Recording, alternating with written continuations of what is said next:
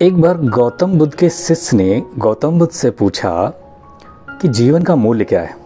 तो इस बात को गौतम बुद्ध ने बड़ी ही सरलता से समझाया।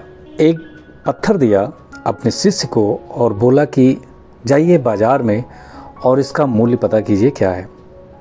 वो जो शिष्य होता है वो उठता है वहाँ से और बाज़ार में चला जाता है। जब वो बाज़ार में पहुँचता है तो सबसे पहले वो जो पत्थर होता है उसे दिखाता है एक अमरूद वाले को।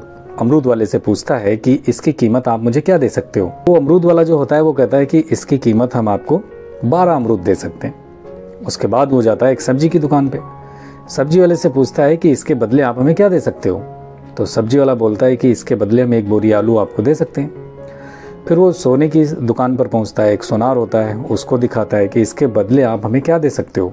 वो जो सोनार होता है वो कहता है कि इसके बदले हम आपको 50,000 रुपये दे सकते हैं। फिर वो मना कर देता है शिष्य। जब शिष्य मना करता है तो 1 लाख रुपए तक वो तैयार हो जाता है कि ठीक है 1 लाख रुपए दे देंगे, लेकिन वो नहीं बेचता है। उसके बाद वो पत्थर लेकर के पहुंचता है एक जौहरी के पास। जौहरी से बोलता है कि इसके बदले आप हमें क्या दे सकते हो।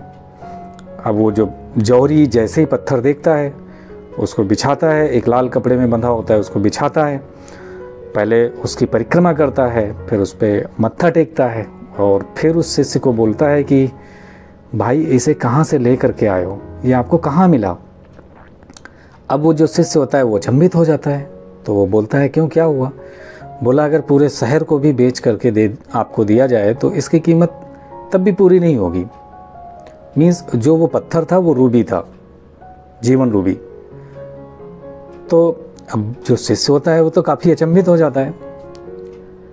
अब वो पत्थर लेता है और गौतम बुद्ध के पास वापस पहुंचता है। वापस पहुंच करके उनको पूरी कहानी बताता है और पूरी कहानी के बाद में गौतम बुद्ध कहते हैं आपको क्या समझ में आया। जो जीवन है उसकी कीमत जो सामने वाला है उसके ऊपर डिपेंड है कि वो क्या कीमत लगाएगा। और इस दुनिया में बहुत से मूर्ख हैं जो शायद आपकी सही कीमत ना लगाएं। तो मूर्खों की जो भीड़ है उसमें आपको खोना नहीं है। जरूरी नहीं है कि जो आपकी कीमत लगाई जा रही है वो सही हो, इसलिए आपको उदास नहीं होना है। अक्सर लोग आपकी सही कीमत नहीं लगाते हैं। अली बाबा के संस्थापक और दुनिया के सबसे अमीर लोगों में से एक जैक मा ने उनको हार्वर्ड यूनिवर्सिटी ने 10 बार एडमिशन के लिए ठुकराया था, लेकिन जैक मा ने अपनी कीमत अपनी नज़रों में कभी खोने नहीं दिया। और आपको पता है बर्नार्ड शॉ वो एक चेतावनी अक्सर देते थे कि इस दुनिया में आपकी गलत कीमत आंकने वाले हजारों मूर्खों की भीड़ है, इसलिए आपको उदास नहीं होना है। तो इस कहानी से आपने क्या सीखा। अब मैं मिलूँगा आपको नए वीडियो में एक नई कहानी के साथ। तब तक के लिए बाय बाय, जय हिंद।